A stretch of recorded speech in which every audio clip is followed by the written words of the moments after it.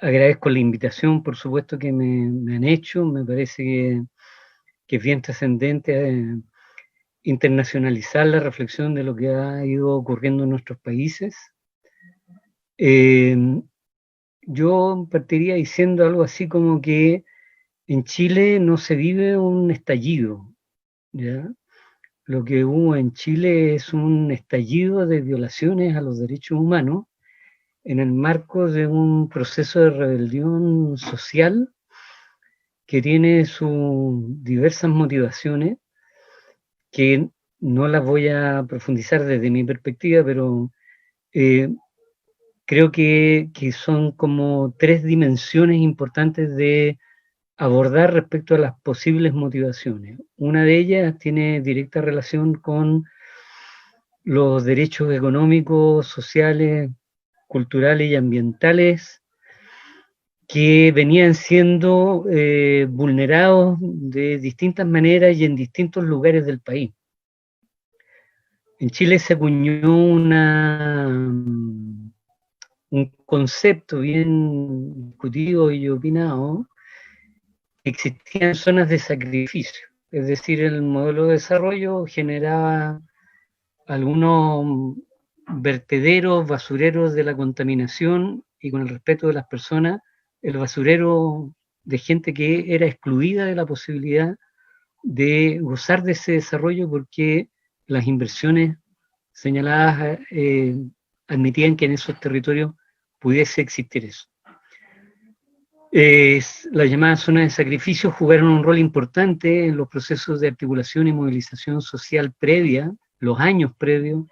a lo que ha ocurrido. Lo mismo se puede decir con el movimiento de No Más AFP,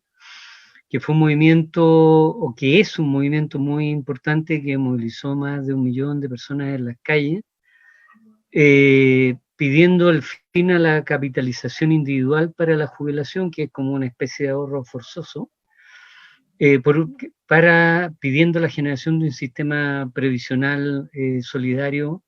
intergeneracionalmente y con un aporte tripartita, porque en Chile hasta ahora solo aporta parte del Estado, y cuando la jubilación es demasiado indecente, y aporta básicamente el trabajador o trabajadora, y como ustedes saben, las mujeres que tienen menos continuidad del empleo y tienen empleo peor pagado, tienen peores pensiones, por supuesto, que los hombres. Y el movimiento de educación pública y de calidad del 2011, en fin, o sea, lo que Chile veía ya, o veíamos, era un movimiento social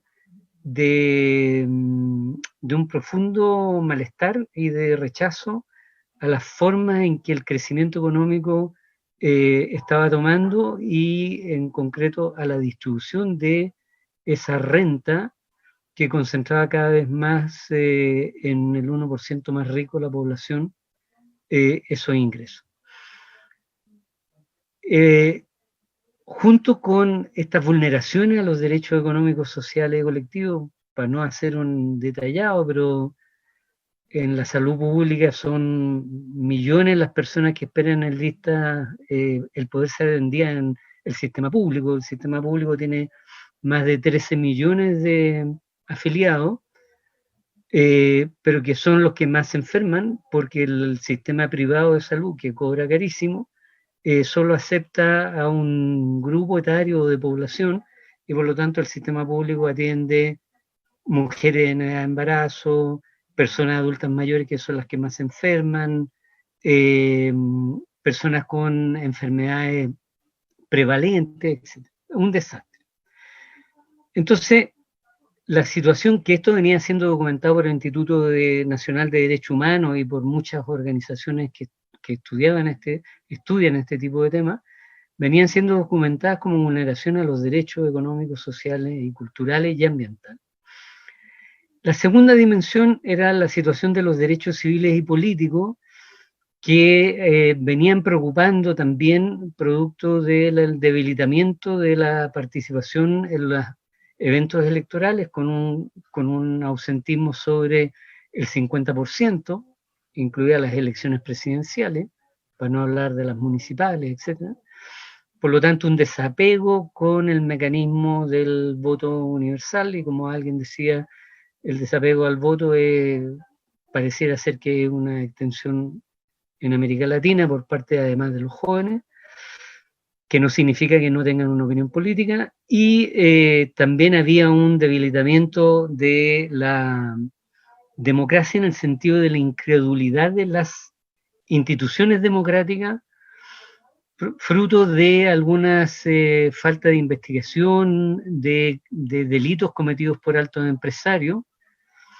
Se recuerda acá casi como un chiste, unos empresarios que desfalcaron impuestos internos con millones de dólares, y la sanción fue una clase de ética que tenían que tomar en una universidad privada. No estuvieron, esa fue la sanción. Cuando acá meten presa a la gente por, no sé, robar en un supermercado, que se ganan una paliza y después los meten preso.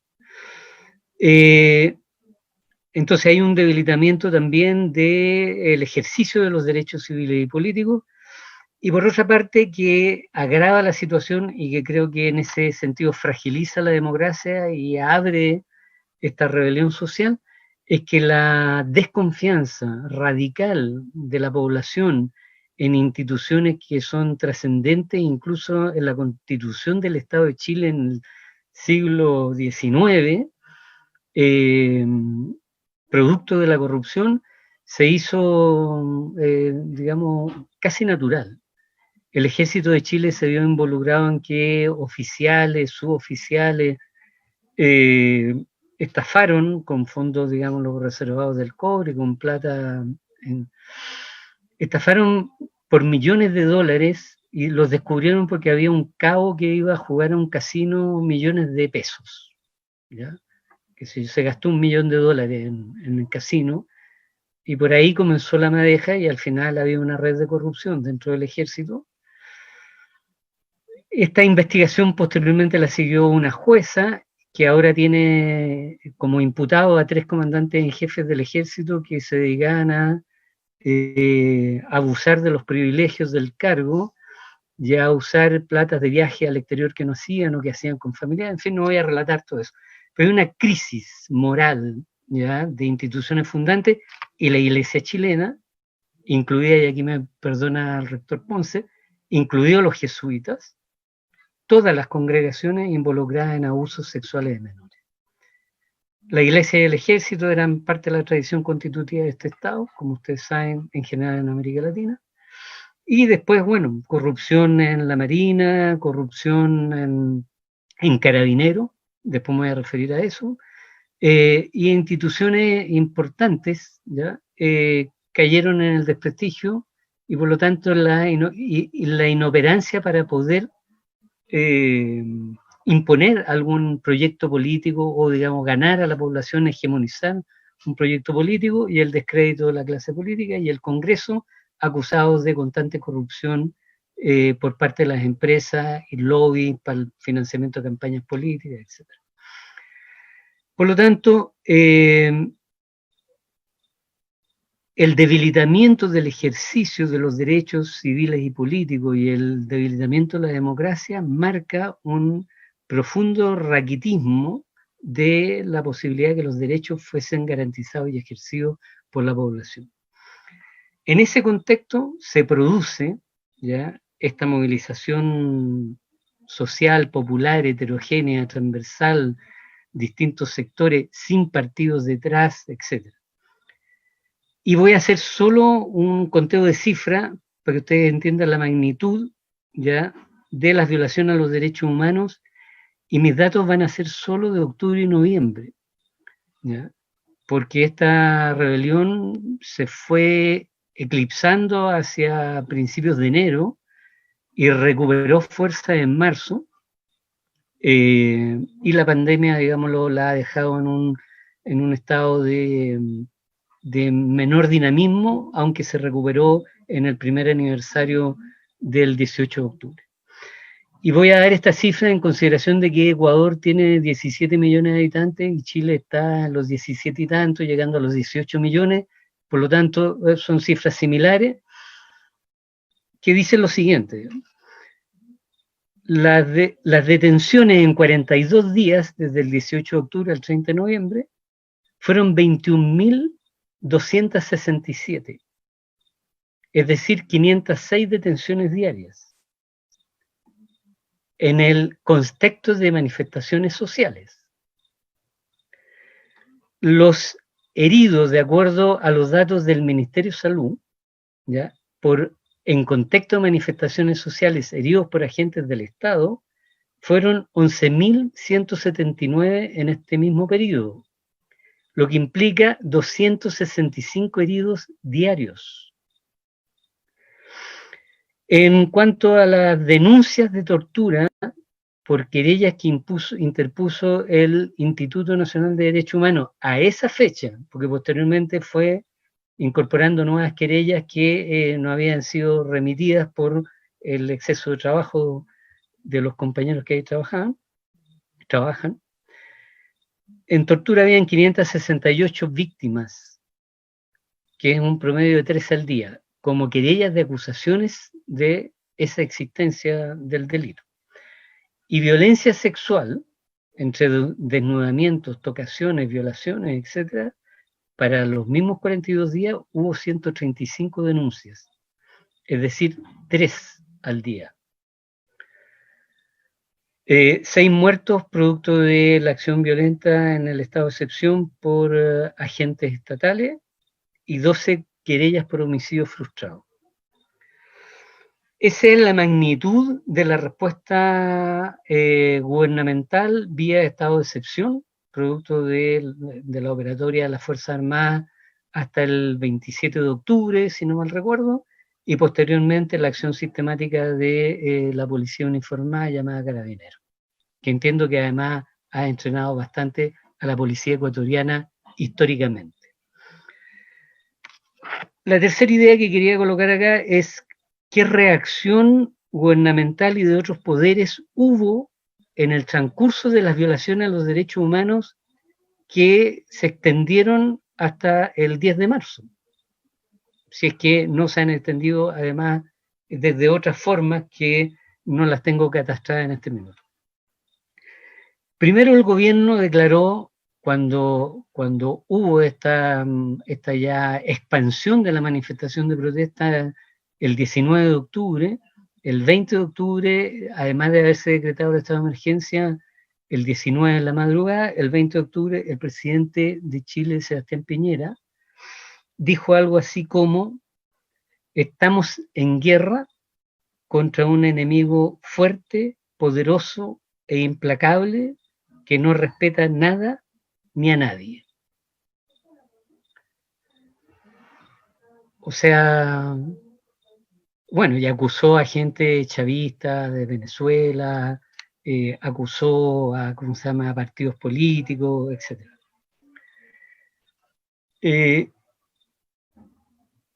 Lo que uno puede digamos, deducir de esta proclama belicista es que a la reacción de la población como protesta social hay que tratarla como delincuencia y violencia, que requiere ser reprimida, porque lo que está en juego es el Estado de Derecho, el orden y la seguridad pública. Y bajo ese argumento, entonces, se producen todas las víctimas que yo he relatado. Entonces, hay una respuesta discursiva que es: la culpa la tienen los violentistas, pero el origen de esta está en, digámoslo así, la autorización político-moral del presidente de decir: estamos en guerra, hagan lo que se hace en una guerra con esta gente que está en la calle, ¿no? Además, citó al Consejo de Seguridad Nacional a mediados de noviembre, en fin. Los tribunales de justicia que siguieron funcionando, no como en la época de la dictadura de Pinochet, que se subordinaron plenamente, sufrieron todas las presiones del gobierno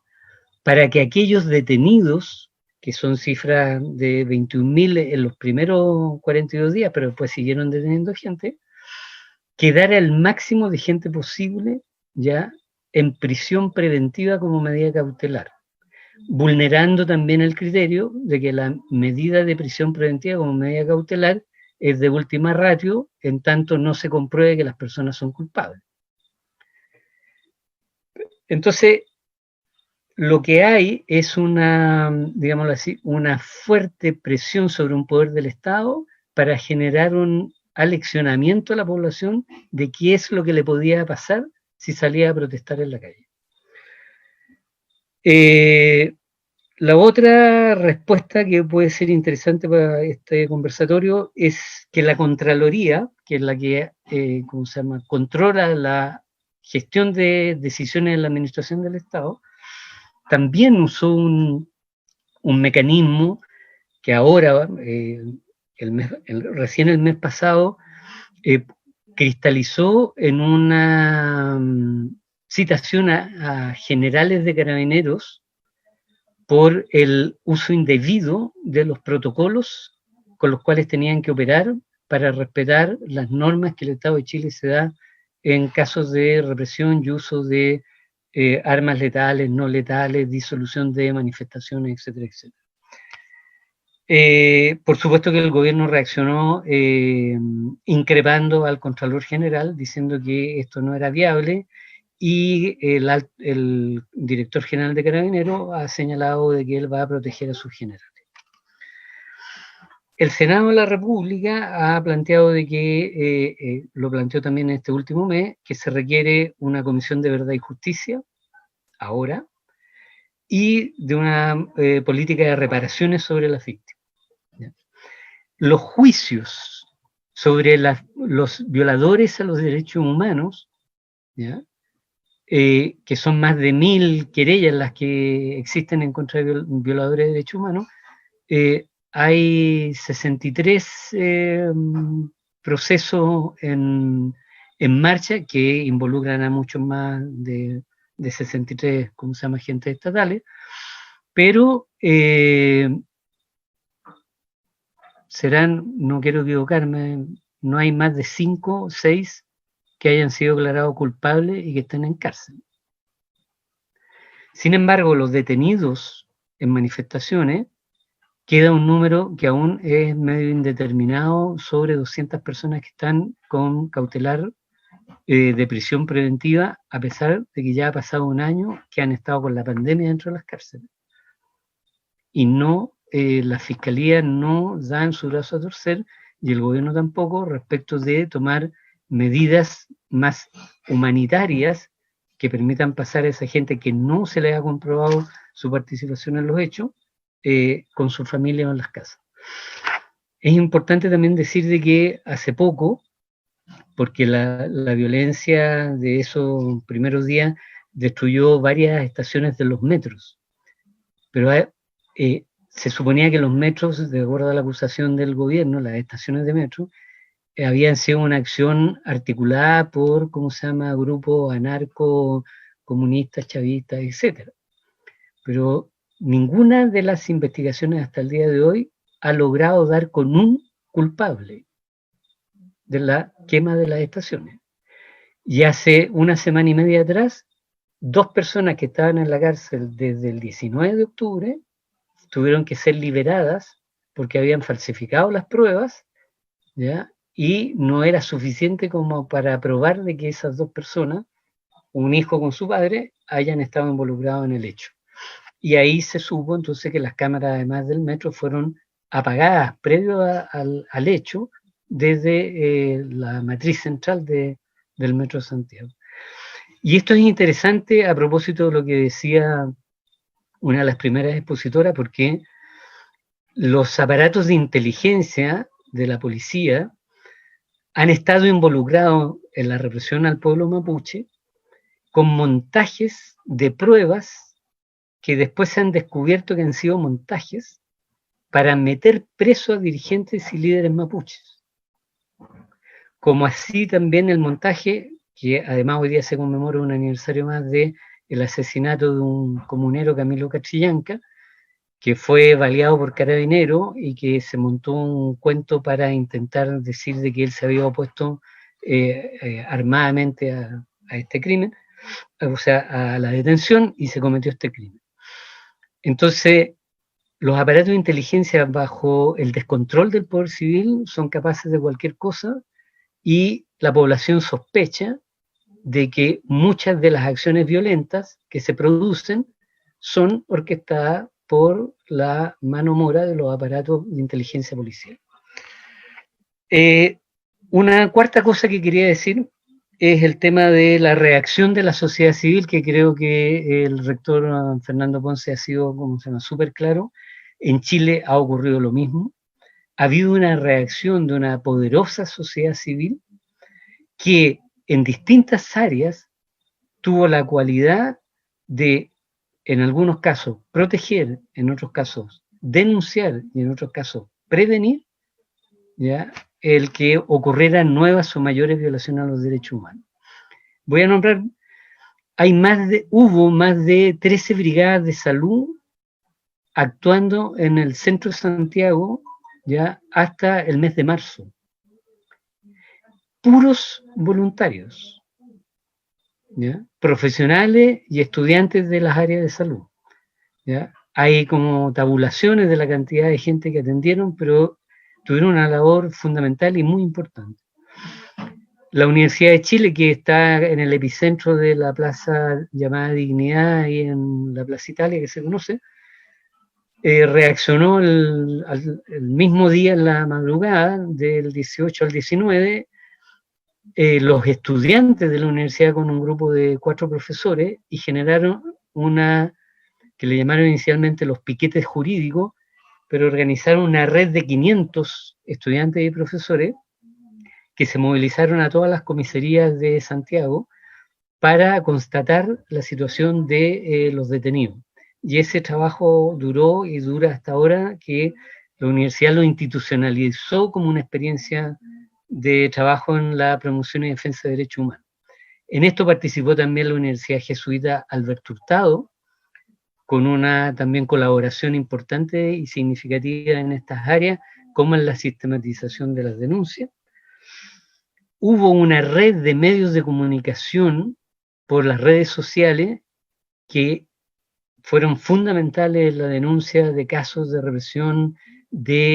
en casos de agentes estatales de la policía disparándole a los manifestantes sin que estos estuvieran haciendo, digámoslo, peligrar la vida de ellos, que han servido para los casos que las fiscalías están llevando para buscar las responsabilidades penales de los agresores. Hubo organizaciones de observadores de derechos humanos que provenían ya de la época de la dictadura. Los sitios de memoria han jugado un papel muy importante en la recuperación y actualización de esa memoria. Entonces hay ahí una valoración de la reacción de la sociedad civil, muchos jóvenes en esta, digamos, red de relaciones que cubrió todo el país, porque esta protesta cubrió a todas las regiones del país, con respuestas similares de voluntariado activo en la protección de derechos. Y esta idea que se ha conceptualizado en el mundo de los derechos humanos como la defensa de los defensores y defensoras de derechos humanos, ya ha sido clave para dotar de sentido a aquello que dice la propia Declaración de Defensores y Defensoras de Derechos Humanos, de que para ser defensor no hay que tener un timbre y una organización que diga Oficina de Defensa de Derechos Humanos, ni tampoco hay que ser un abogado experto para defender derechos humanos. Lo es un líder social,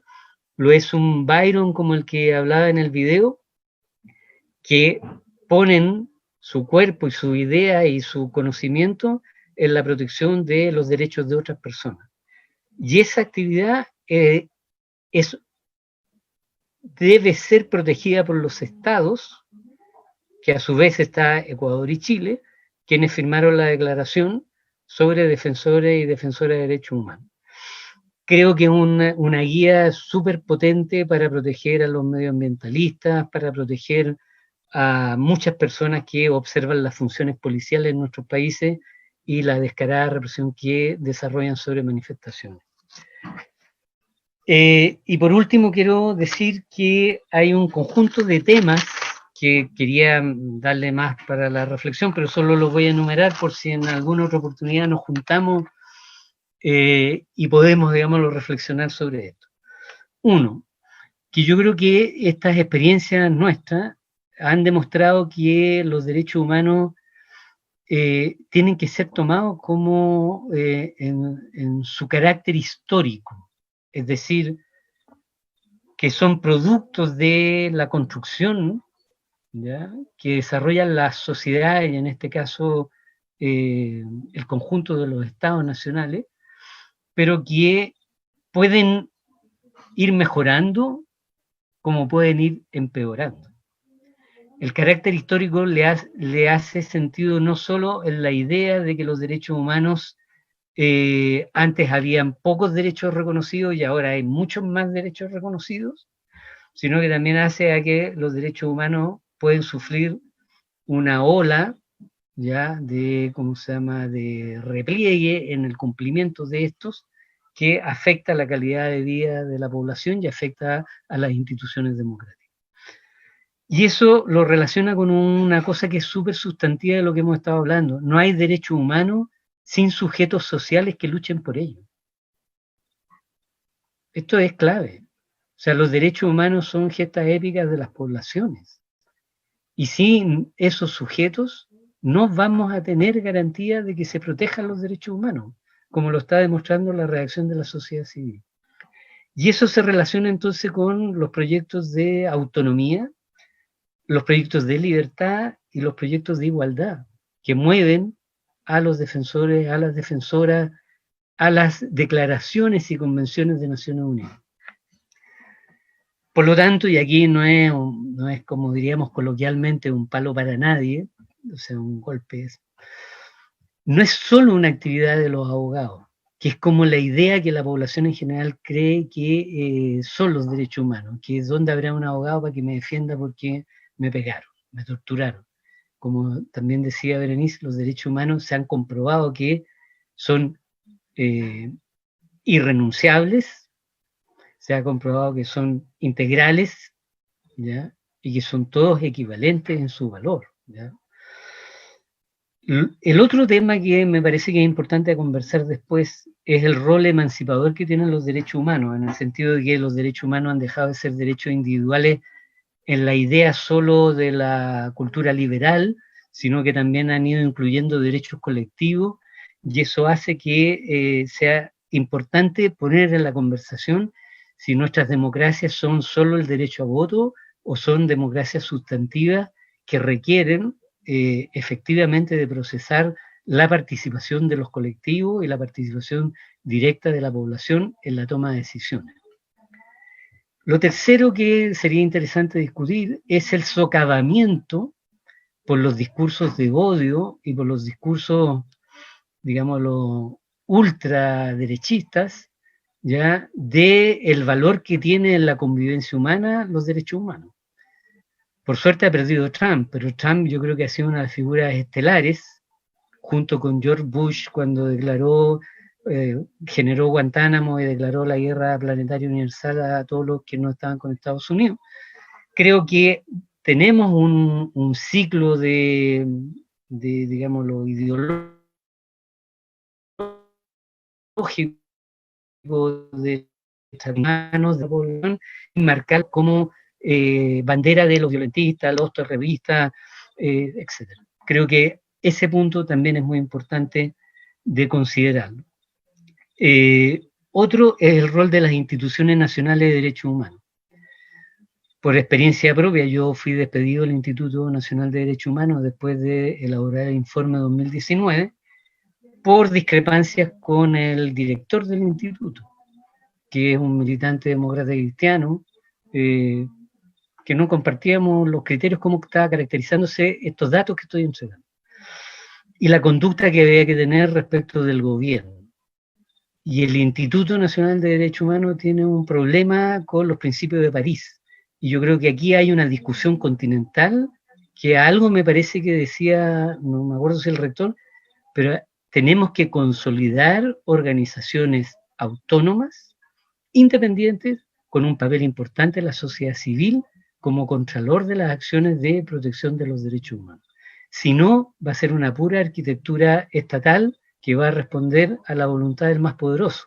Y los derechos humanos están hechos justamente para darle una herramienta a los que no son poderosos para poder equilibrar el poder con aquello. El otro tema es que se abre un espectro con esto de que los derechos económicos, sociales, culturales y ambientales han ganado más legitimidad, un espectro de cómo monitoreamos esos derechos y ese cumplimiento para advertir a las autoridades políticas que hay problemas con eso que pueden generar nuevas rebeldías y nuevas rebeliones que fracturan las sociedades, debilitan los sistemas democráticos. Lo otro es el papel de la policía. Las policías, ustedes vieron en Estados Unidos, en Chile, en Ecuador, en Colombia, para qué decir en Brasil, tenemos un problema con la policía, los aparatos de inteligencia, el control civil sobre aquello, ¿ya? Y qué instituciones van a contrapesar ese poder semiautónomo que han venido desarrollando. Y por último, con esto cierro, la fortaleza de la sociedad civil es clave en una estrategia de defensa de los derechos humanos y tenemos que conversar sobre eso. Y en ese sentido, mis felicitaciones a las universidades ecuatorianas, los que trabajaron en esto, los estudiantes que lo hicieron y quizás miles de personas